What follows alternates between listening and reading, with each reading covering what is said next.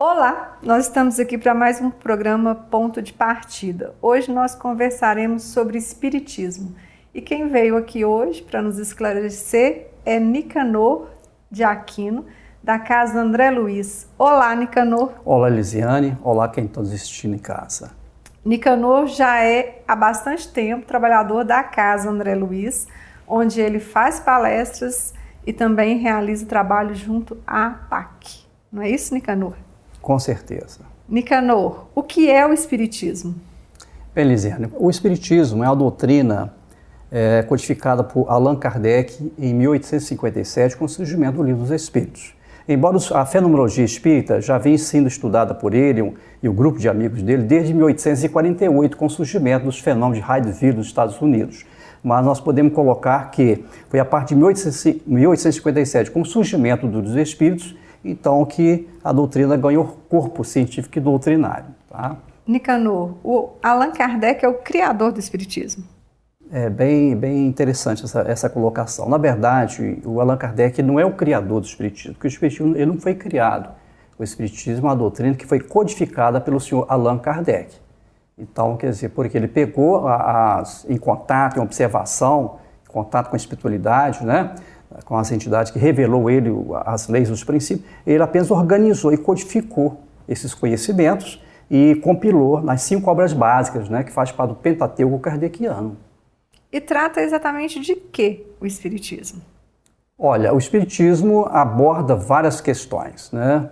Questões desde questões da física, da metafísica, da psicologia, questões sociais. Ele atende a todas as questões do conhecimento humano. Então ele trabalha a questão, por exemplo, questionamentos de onde nós viemos, para onde nós vamos, o que nós estamos fazendo aqui. São questões profundas, né? Que abrangem o campo da filosofia. A doutrina responde muito bem a todos esses questionamentos. Então, para participar do Espiritismo, tem que ter muito conhecimento. Não, é ao contrário, não há que ter muito conhecimento, mesmo porque o Kardec ele era pedagogo, né? E a missão do Espiritismo, o objetivo do Espiritismo é esclarecer, orientar as pessoas.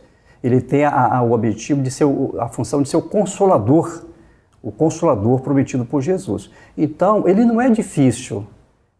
O Kardec, como pedagogo, ele teve a capacidade de organizar aquelas matérias usando a linguagem bem didática, através de perguntas e colocações, para tornar bem tranquilo o aprendizado das pessoas. Então, qualquer pessoa tem condição de assimilar o conhecimento espírita e, principalmente, colocá-lo em prática. E o Allan Kardec, ele fez isso tudo de uma vez só? Os 5 livros? Não, na verdade, foi um trabalho, foi construído mais ou menos uns 11 anos, né, que ele teve à frente de todo esse trabalho. Inicialmente, ele reuniu com um grupo de amigos que já estudavam, e aí ele organizou, ele recebeu, em contato com a espiritualidade e médios diversos, ele recebeu 50 cadernos.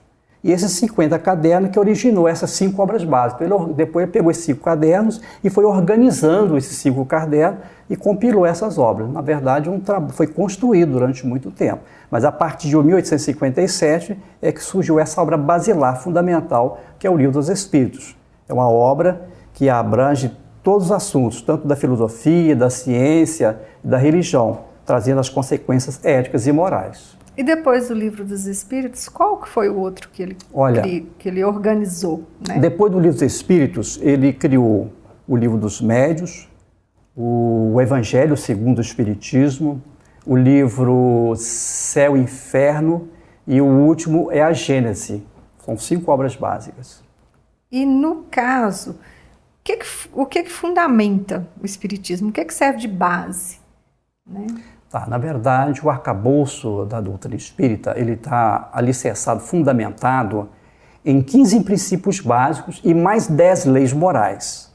Então, nesses 15 princípios básicos, o primeiro ponto basilar da doutrina se fundamenta em Deus, né, que é o Criador de todas as coisas, a causa primária de todas as coisas. E depois vem os outros princípios, que é Jesus, que é o Espírito, a lei de evolução, mediunidade, pluralidade dos mundos habitados. São 15 princípios. E as 10 leis morais, que estão contidas nos Espíritos, que é a lei natural, lei de adoração, a lei de sociabilidade, lei de destruição. Então, são 10 leis morais. Basicamente, aqueles 10 mandamentos estão na linguagem bem didática nessas 10 leis morais. Então, o que muita gente pensa que o Espiritismo é contrário a Jesus, a Deus, seria, na verdade, falta de conhecimento dessas pessoas. Realmente. Na verdade, o Espiritismo, ele se fundamenta, todo ele, na moral cristã. Então, da mesma forma que Jesus, na época, ele afirmou que ele não veio destruir a lei, né? A lei judaica naquela época, as leis judaicas, da mesma forma o Espiritismo também não vem destruir a lei. Ele simplesmente vem trazer o Evangelho de uma linguagem bem simples, bem clara, bem racional, tirando os mitos, os rituais, as crendices, uma linguagem bem racional para a compreensão da humanidade. E qualquer pessoa pode ter acesso a esse material? Qualquer pessoa pode ter acesso. Hoje, graças à internet, pode ter contato. Geralmente, quase todas as casas espíritas já têm a livraria, tem a biblioteca de empréstimo, né? E hoje, para a cidade, na cidade também já existe as livrarias, onde a pessoa pode ter acesso facilmente a essas literaturas. Nicanor, e esse conhecimento espírita, ele é muito difícil de ser entendido? Não, Elisiane, porque o Kardec, como eu já tinha adiantado, o Kardec como pedagogo, ele teve essa preocupação de organizar, codificar, organizar essas matérias numa linguagem bem acessível para qualquer pessoa. Haja visto que nós temos no nosso trabalho de evangelização crianças em várias faixas etárias que absorvem tranquilamente todos esses conteúdos, aprendendo e colocando na prática. Então não é tão difícil assim não. Porque ele usa perguntas e respostas, então é muito fácil. Existem no Brasil várias casas espíritas, né? Existe alguma forma que elas se organizam para tornar esse conhecimento mais acessível? Tem, com certeza. O Espiritismo, embora não é hierarquizado, não existe um sacerdócio organizado, mas ele é organizado através das federativas, né? Através das AMES, através dos CREs, através da FEB, que são federativas de âmbito municipal, igual à AME. Nós temos o CRE, a nível estadual, nós temos as uniões de espíritas de âmbito estadual e temos também a FEB, que é de âmbito nacional e internacional. Então, o Espiritismo, ele é organizado, sim. No caso, essas federativas, essas uniões, elas preparam material de estudo para as casas espíritas, para que as pessoas possam estar entendendo melhor o que é espiritismo? Isso. A proposta dessas federativas é justamente isso aí, organizar todo esse material, certo? Organizá-lo e adequá-lo de acordo com as bases, as orientações que estão nessas 5 obras básicas. E aí as casas espíritas, se o desejarem filiar, sem nenhuma imposição, claro, né? Essas federativas poderão fazê-lo tranquilamente. Mas a proposta é justamente isso aí, não é gerenciar em casa, não, porque o Espiritismo ele é independente e autônomo. Cada casa tem a sua independência, a sua autonomia, não é verdade? Mas essas federativas é no sentido de ampliar o conhecimento, de ajudar e organizar para que todas as casas possam falar a mesma língua, não sair fora da pureza doutrinária, que é uma preocupação de Kardec, né, a partir do projeto de 1868, está constante no livro Obras Póstumas. Então ele pensou naquela época, preocupado justamente com isso aí, essa pergunta que você fez, que ele sugeriu nessa obra, desse projeto, que fosse criado, que o Espiritismo não tem chefe, né? Nós não temos um líder, nós não temos um representante, mas então ele sugeriu que fosse criado uma comissão central permanente de pessoas de convicção espírita que pudesse reunir e trabalhar essas matérias e organizá-las. Então a pessoa que tem curiosidade, que ela quer entender um pouco mais sobre o espiritismo, se ela procurar uma casa espírita, provavelmente ela vai encontrar lá então um curso onde ela pode aprofundar seus conhecimentos. Ótimo. Geralmente, todo contato, a princípio, que as pessoas fazem numa casa vai ser através das reuniões públicas, né? São reuniões onde se passa apenas, inicialmente, o Evangelho. Então, a primeira parte tem aquelas exposições do Evangelho, segundo o Espiritismo, né? São os textos bíblicos. E a segunda parte tem os trabalhos passes, né? A fluidoterapia, porque a casa também, o espiritismo também trabalha com essa questão. Mas tem as outras reuniões mais específicas, onde ele vai poder ampliar os seus conhecimentos. É um espaço de convivência mais privativo, onde vai poder perguntar, questionar, vai poder contribuir. Porque o interessante da doutrina é essa liberdade que ele dá para as pessoas poder participar, questionar. Porque nós não temos um dogmatismo, não existe uma imposição. Então as pessoas podem e devem sim questionar, fazer as perguntas, e são nessas reuniões que elas vão dirimir todas as dúvidas e construir o seu conhecimento doutrinário, né? Os tipos de curso que as casas oferecem para quem quer aprofundar em espiritismo. Olha, os cursos, geralmente a gente oferece a quem está chegando, são os cursos baseados nos 15 princípios básicos. Porque é muito importante que quem está chegando tenha pelo menos uma visão biônica desses princípios. Começa com Deus, Jesus, Espírito, Perispírito, lei de causa e efeito, evolução, reencarnação, pluralidade dos mundos habitados, influência do espírito da natureza. São 15 princípios básicos e essas 10 leis morais. Então, nessas reuniões, as pessoas vão ter a oportunidade de conhecer a dinâmica, toda a estrutura desse conhecimento, e a partir dessa reunião ele passa a ter uma visão mais clara, mais ampla, né? E conhecer os objetivos do espiritismo. Então, é nessas reuniões, claro, aberta ao público, mas uma reunião com menos pessoas, bem privativa, onde as pessoas possam ficar bem à vontade para perguntar e tirar as dúvidas. No caso diferente da reunião pública que você falou que trata do Evangelho, essas reuniões seriam mesmo para estudar o Espiritismo. Isso, conhecer mais de perto, aprofundar no conhecimento espírita, visando, claro, a prática, né? A parte. Ele começa com a parte teórica dos conhecimentos e depois o próprio adepto, ele sente a necessidade, porque o Espiritismo tem as consequências morais, né? Então, a proposta da doutrina é justamente o quê? É levar a pessoa a refletir e fazer a mudança, a construção interior, é nos tornar seres, nos tornar pensadores. Então, a partir desse conhecimento, ele vai sentir a necessidade de compartilhar isso aí, como ele vai ter a necessidade de colocar isso em prática, operacionalizar isso através do trabalho, através do exercício da caridade cristã. Esse que é o ponto alto e bacana da doutrina, né? E a pessoa gostando, viu ali os princípios básicos, existe algum outro curso que é oferecido para que a pessoa se aprofunde cada vez mais? Tem, com certeza, tá? Além desse curso para os neófitos que estão chegando, quem quiser aprofundar, nós temos o ESD, que é o Estudo Sistematizado da Doutrina Espírita.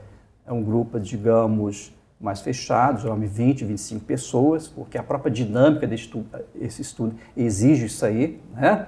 Então, nesse grupo, existe toda uma programação, toda uma apostila, com toda uma grade de matérias, onde a pessoa vai poder seguir, acompanhar e fazer estudo. Geralmente, esse curso do ESD tem uma duração hoje, ele está mais compactado, em torno de 1 ano e meio a 2 anos. Antes era 4, 5 anos, mas tornou muito enfadonho, é muito demorado. Hoje não, hoje com 1 ano e meio e 2 anos consegue fazer esse ESD. E a pessoa sai de lá com conhecimento, né, bastante confiável.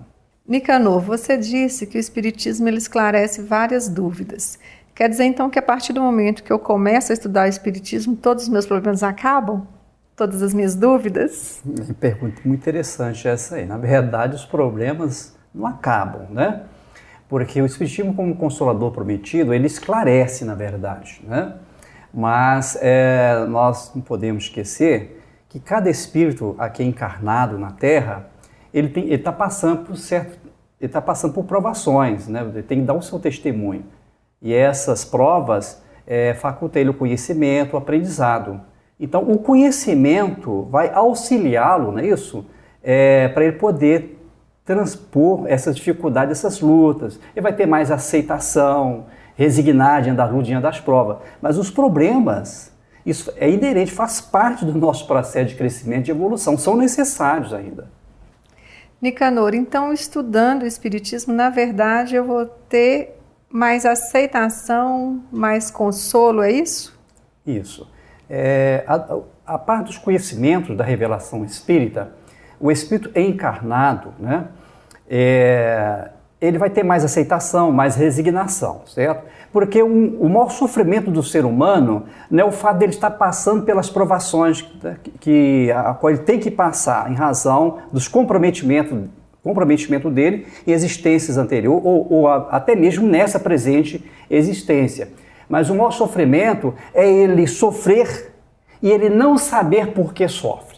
É isso que gera a angústia da alma. Então o espírito sofre, na verdade, por que com ele? Aí vem os questionamentos, vem algumas revoltas, porque, infelizmente, com todo respeito, mas essas respostas nós não temos na ciência acadêmica, na ciência oficial. Nós não encontramos isso, por exemplo, na psicologia, na psiquiatria, na medicina, muito mesmo, até nas próprias religiões, nós não conseguimos esse cabedal de informação para a gente poder se apoiar e ficar tranquilo. Então, a falta do conhecimento racional, isso leva a uma certa revolta, uma certa inconformação, e onde muitas pessoas, por causa disso, chegam até a suicidar. Né? Nicanor, no caso, então, o espiritismo pode ser encarado como uma religião? Elisiana, na verdade, o espiritismo ele é três coisas, né? Ele é uma ciência nova de observação, uma ciência experimental, ele observa os fatos. Ele é, ao mesmo tempo, uma doutrina filosófica de consequências religiosas e morais. Então, fruto do estudo, da observação dessas duas ciências, topou-se com o elemento espiritual. E aí nós temos a questão aí da espiritualidade do espírito, da religião. Porque a proposta dessas duas ciências, como alavanca do conhecimento, é justamente religar a criatura à nossa origem, ao nosso Criador, que é o nosso Pai Celestial. Então, nós podemos afirmar assim, que ele é definido como uma ciência nova de observação, uma doutrina filosófica, mas de consequências religiosas, morais e éticas. Nicanor, então a pessoa, ao participar do espiritismo, se ela quiser conhecer mais, então ela vai se deparar com essas três vertentes, então, filosofia, religião e ciência. Ciência, perfeito. Porque o espiritismo, a partir de 1848, quando Kardec começou os primeiros ensaios para a codificação da doutrina, a doutrina ela surgiu através dos fatos fenomênicos. Foi a partir daquelas manifestações naquele lugarejo de Radiville, nos Estados Unidos, que ele começou a observar e foi observando, foi testando esses fenômenos.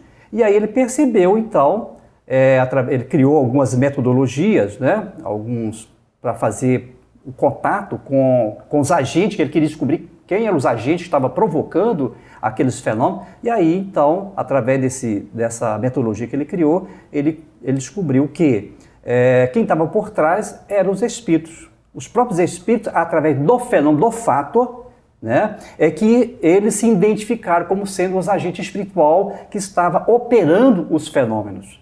Então, o espiritismo, ele é uma doutrina, por isso que ele é definido como uma doutrina nova de observação e, ao mesmo tempo, uma doutrina filosófica. Tá?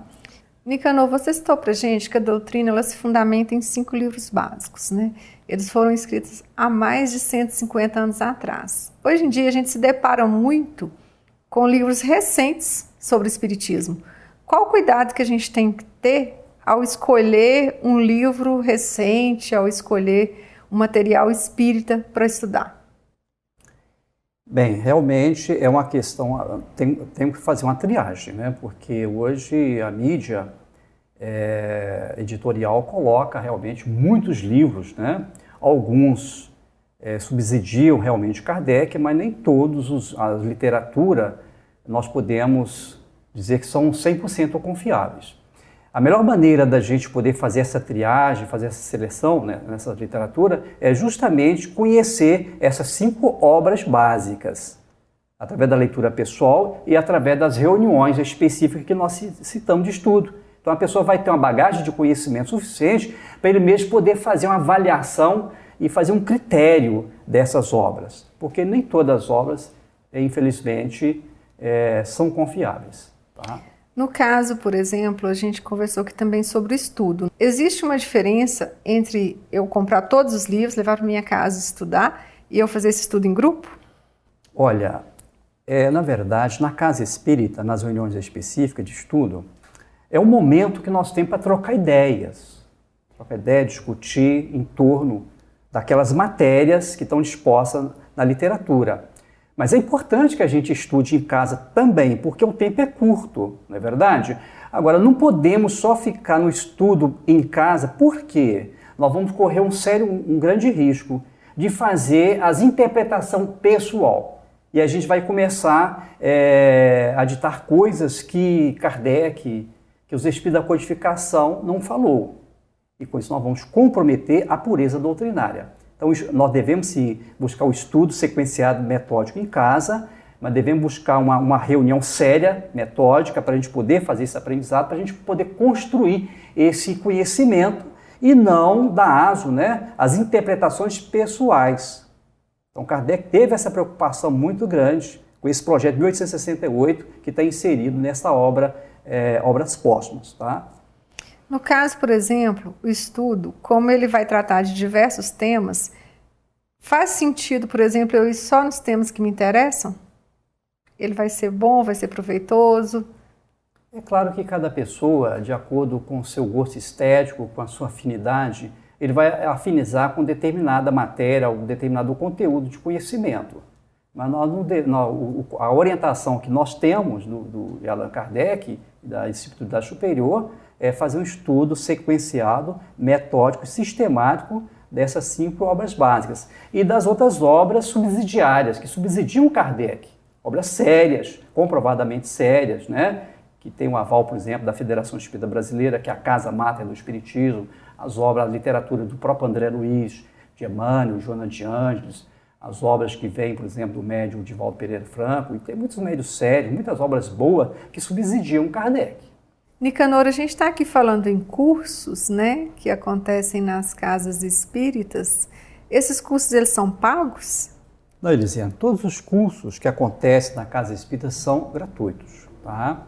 Na verdade, tudo a doutrina é gratuito. A única coisa que nós pedimos do participante é a boa vontade, a seriedade, a sinceridade, só isso. Mas em termos de pagar para a inscrição, não tem nenhum custo para quem está chegando. Depois que a pessoa se propõe a fazer esse estudo, né, que ela está lá estudando há um tempo, o objetivo é o estudo em si?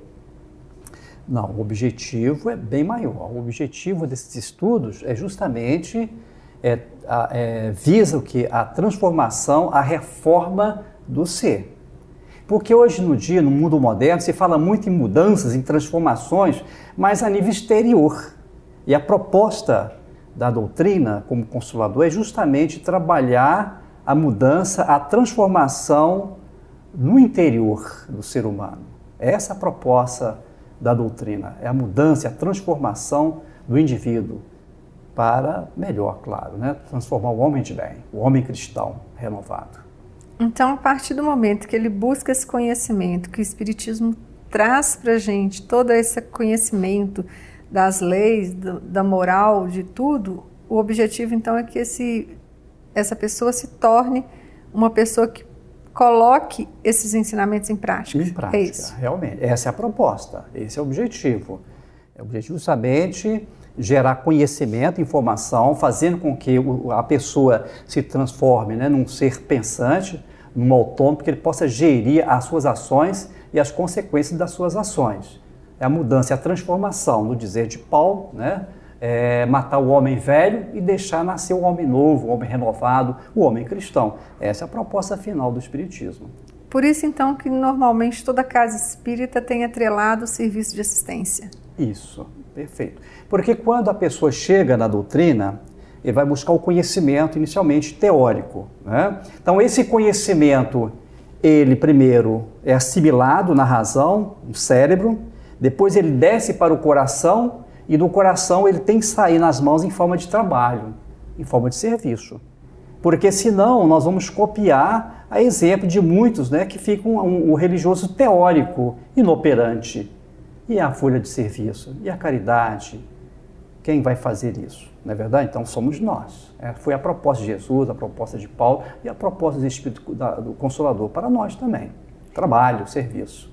No caso, você citou 5 livros, né, base.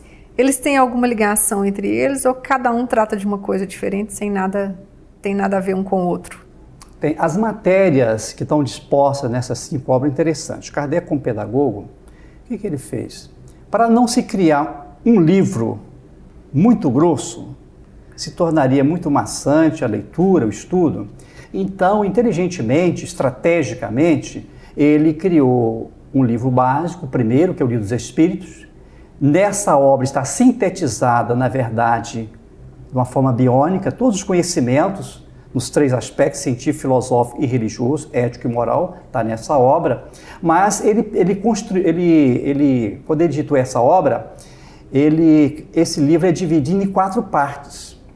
Então, cada parte desse livro corresponde aos outros 4 livros.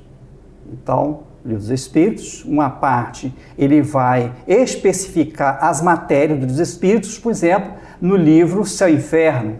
Outra parte, ele vai ampliar no livro A Gênese. Outra parte, no livro Evangelho segundo o Espiritismo. E assim sucessivamente.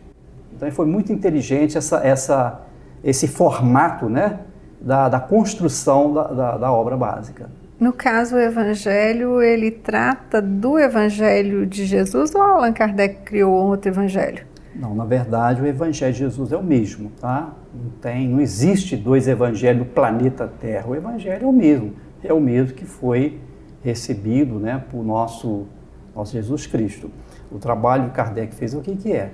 Pegar algumas passagens do Novo Testamento, principalmente do Novo Testamento, e dar uma compreensão mais lógica, mais didática, mais racional àqueles textos, tirando as questões das liturgias, das mitologias, das crendices, essas complicações. Então, um evangelho bem racional. Tá? Tem as passagens e logo a seguir tem as explicações, ou de Kardec ou dos próprios espíritos da codificação, entre eles o Santo Agostinho, São Vicente de Paula, São Luís e muitos outros espíritos que trabalharam, né, nessa construção dessa literatura. No caso do livro dos médiuns, trata de? O livro dos médiuns é o guia prático dos evocadores. Tá? É um livro que trabalha com a questão mais prática do espiritismo, digamos, experimental. Então, é nessa obra, nessa literatura, que nós vamos ter conhecimento como é que se organiza uma reunião, como é que faz uma reunião onde nós vamos ter acesso, nós vamos ter a comunicabilidade com os espíritos, todos os fenômenos, né, que o Kardec teoricamente fala, é nessa reunião mediúnica, e é esse livro que vai nos dar para nós uma orientação, um norte para a gente poder entender. Porque no espiritismo prático, um dos pontos mais difíceis que tem é justamente a identificação dos espíritos. Né? Porque a nosso exemplo, para a gente identificar, basta para nós um CPF e identidade. Mas nós não podemos pedir CPF e identidade aos espíritos. Então é esse livro que vai nos ensinar como é que nós vamos abordar, como é que vamos lidar, como é que nós vamos identificar os espíritos. A exemplo do próprio Jesus, não creiais em todos os espíritos, mas vede primeiro se são de Deus. Nicanor, ainda temos a Gênese, o livro de Gênesis, né, e o Céu e Inferno, que são livros também que completam a base. Isso. A Gênese o Kardec no livro A Gênese trabalha sobre a questão das origens, né, as origens do processo de evolução do espírito, porque nós já sabemos que o espírito evolui nos 2 planos, tanto no plano físico, no plano desencarnado, e a vida continua após o processo desencarnatório. Então isso ele vai abordar essas questões aí e vai desmistificar as questões também, por exemplo, dos milagres, daquelas predições, vai clarear isso aí, tá? O Céu e Inferno, ele aborda especificamente sobre a questão da justiça divina, sobre o céu e inferno. O que é céu e inferno? Existe céu e inferno? Né? Então, ele vai trabalhar essas questões aí, a justiça de Deus, a justiça divina na ótica e na visão espírita, o livro Céu e Inferno. Bom, como deu para perceber, o estudo do Espiritismo ele demanda muito tempo, né, Nicanor? E não é aqui que a gente vai resolver todas as questões. nas suas palavras finais, qual que é a recomendação para quem está nos assistindo?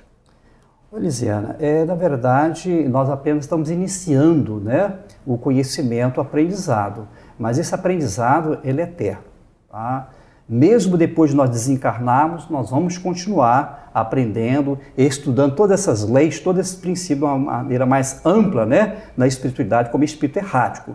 Então, o aprendizado, esse conhecimento é para sempre, tá? E as palavras finais que eu posso deixar é que realmente as pessoas interessadas que procurem, estude, né? Porque com conhecimento a tendência da pessoa, da vida dele é melhorar. Não que vai resolver os problemas, tá? Mas a pessoa vai ficar mais tranquila, mais consciente, ele vai conseguir ter respostas para a solução dos seus problemas e vai ter mais resignação, mais tranquilidade. Então, será uma grande contribuição realmente para aquela pessoa que buscar o conhecimento espírita. Nicanor, gostaríamos de agradecer a sua contribuição e se você gostou do que ouviu sobre espiritismo, procure um centro perto de sua casa, faça sua inscrição num curso de doutrina básico e aprenda cada vez mais, pois o conhecimento nos liberta. Até o próximo ponto de partida.